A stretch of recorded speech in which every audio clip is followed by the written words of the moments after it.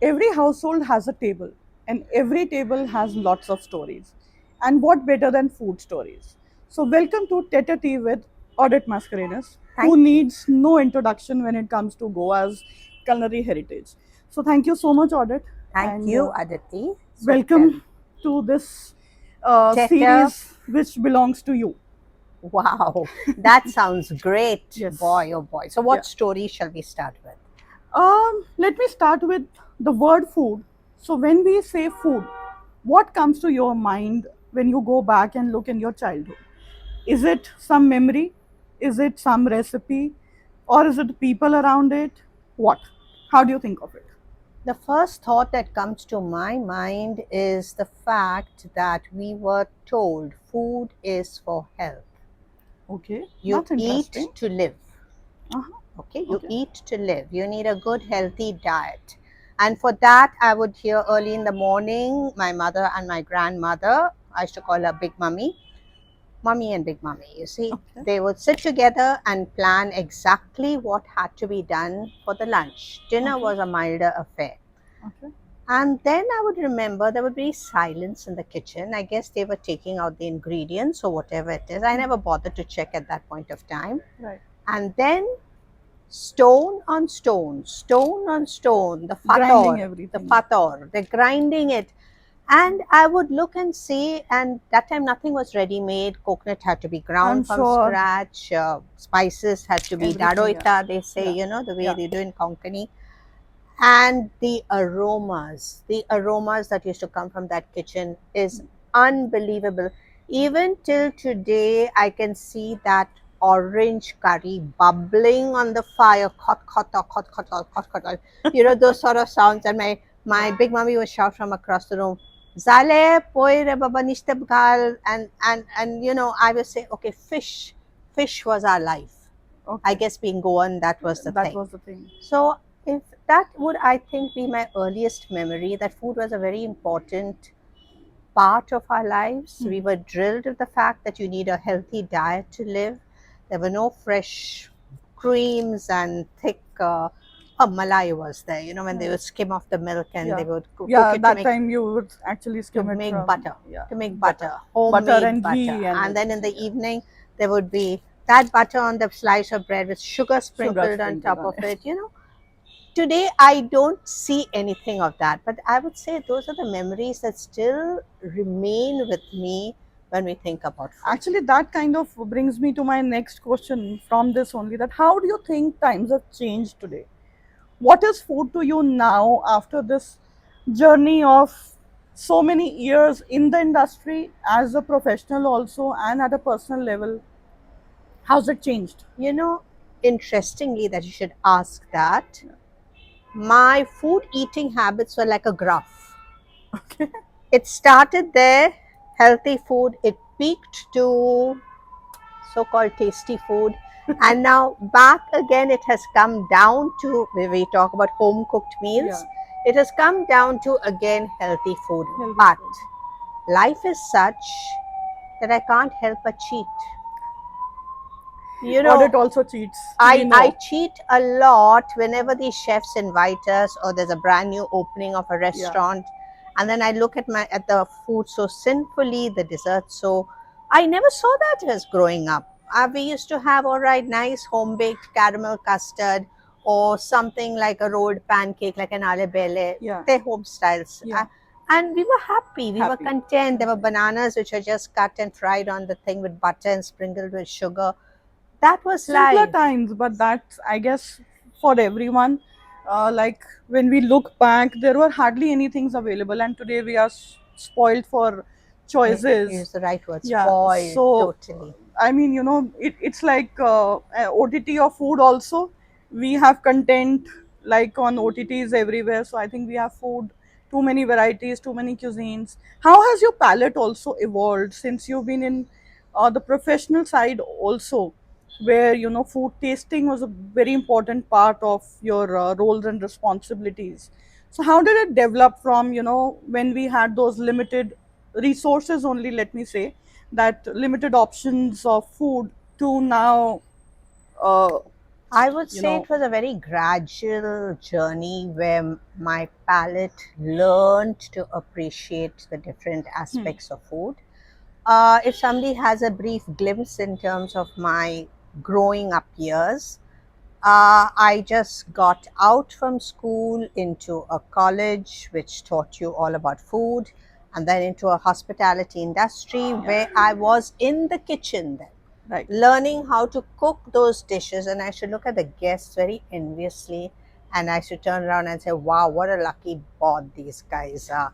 They're getting a chance to taste all this fantastic food. But that was a time I put the learnings into good use. Of Hmm. course, we were not that advanced as what is today when we Today. talk about Yeah. inspired food and modern food and tweaked Right. food. We were taught the basic classics like the mother sauce and the bechamel and the hollandaise and all these, and we used to utilize it where food was realistic, Yeah. No fusions. wholesome, Yeah. portions were huge, Yeah. and Correct. people really appreciated. But then, over a period of time, as I left that industry and then went into the other side where I was a critic for food, Yes. I came to realize that times again had changed. Changed. People turned around and would like to have those bite-sized, decorated pieces. Oh, I love them. Yeah. Don't get me wrong. No, I love them too. Yeah, And it's just a yeah. mouthful of it, and you slurp it, and you get all those different flavors on your Yes. palate. Yes, I went into that. And then I also realized that behind that bite size, there were a lot of our classical recipes that were, Used. incorporated. Yeah. And somehow the other people were not even aware that Of what that. went into that bite. Hmm. And that is when my writing, uh, what do you say, journey started. Right. I said, okay, let me go back to the past. Yeah. Let me find out things which I did not ask my grandmother at that time. And hopefully, there are a few grandmothers still alive to share this knowledge with me. Yeah. And that is when I started documenting. And sad to say, you asked me about my journey. Yeah. Um, People have forgotten that. In fact, so coming to that now, when you say that people have forgotten, I'm sure I don't think you're talking only recipes. No, That people have forgotten no. just the food and the recipes. Isn't it more about the stories that people have forgotten, that what went into that food also has a background? It's Oh, not just a recipe or a dish that you want to replicate and present, but a lot more than that, which my people don't question is talk very about. simple. What is a recipe? 400 years of people maybe tweaking things based on availability, their own Yeah. personal preference. Hmm. Something comes into the kitchen, we have all our chefs fighting and saying, my grandmother's recipe. Yeah. I always say, who taught your grandmother? So, Correct. It has to somewhere or come the from other, somewhere. it Yeah. has to come from somewhere.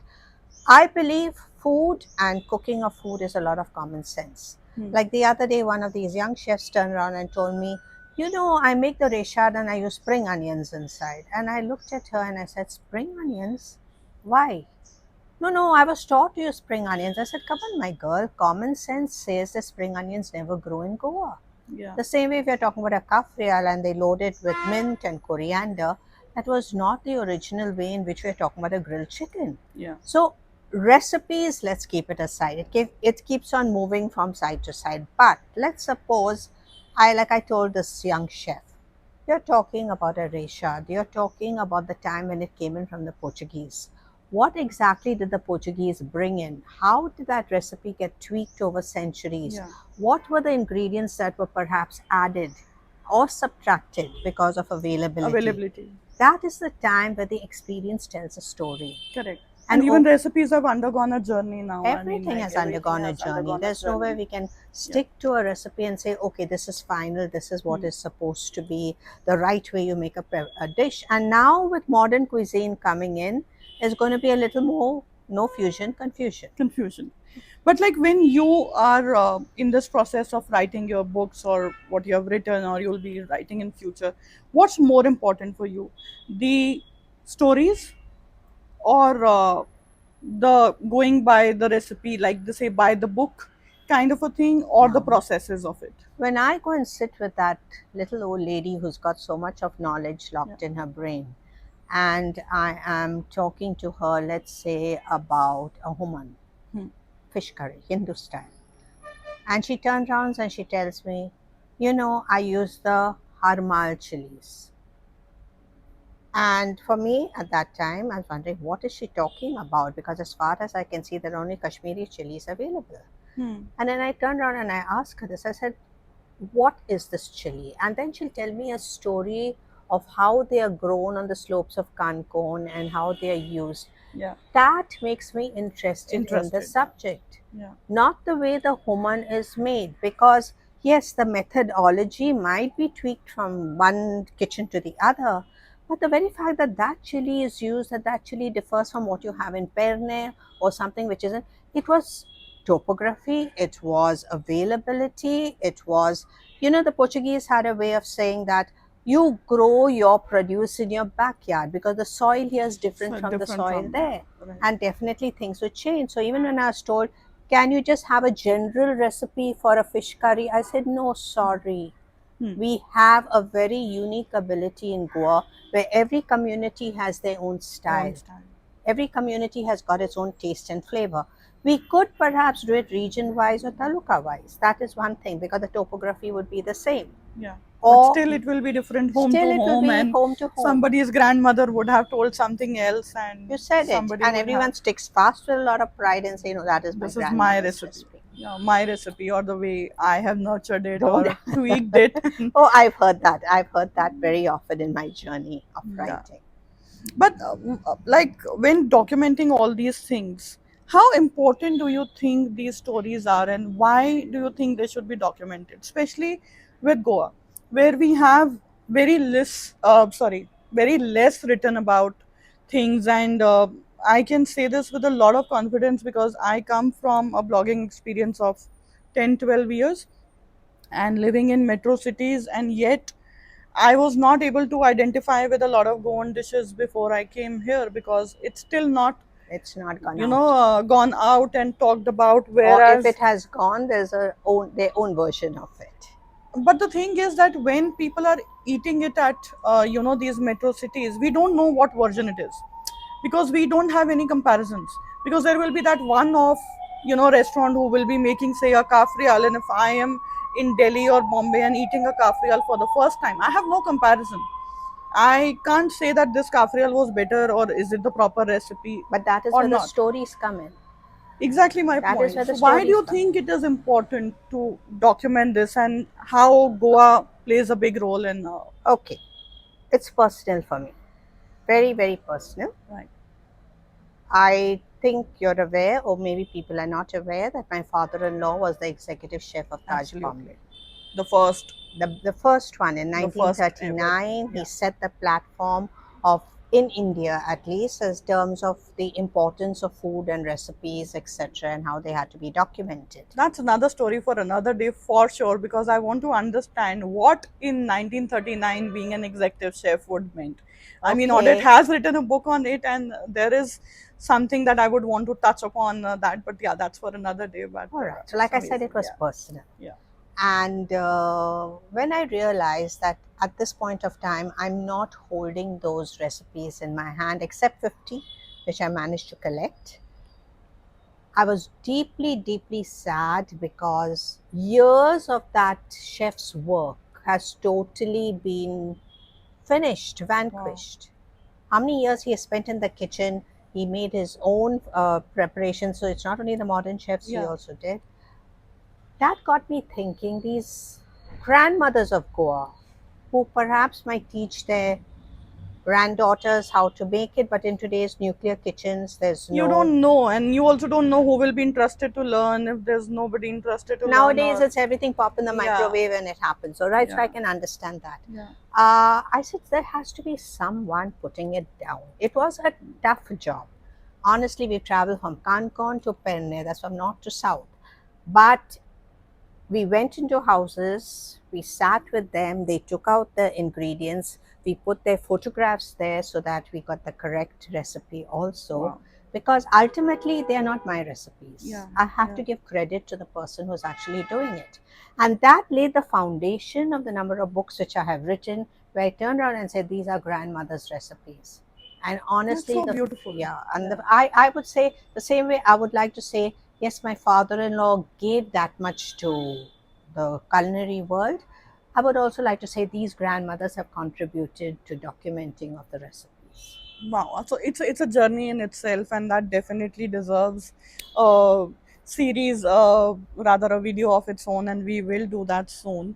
So, but thank you so much, Audit, for throwing some light on this. And the next I want to talk interestingly to her about is the spices used in Goan kitchen. So that's going to be our next video, because Audit My has nose done is tingling yeah, now. Audit has done some fabulous job understanding the spices and the role that they play in our kitchens.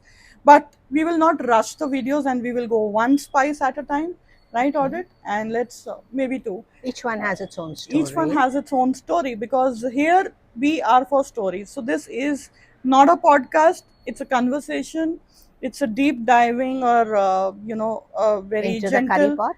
yes, into the curry pot, like you said, and the Goan curry pot. But this curry pot will expand to other Other cuisines and this thing also, because because Audit's food journey, is something, it's an yeah, emotion. food is an emotion. So she rightly said that. So I hope you like this series of ours, and if you still haven't subscribed, please subscribe for Audit's sake, and watch this video, like, share, and do comment and let us know what you feel about this new series. And we'll be back super soon with another video. See you So soon. see you. Ta-da.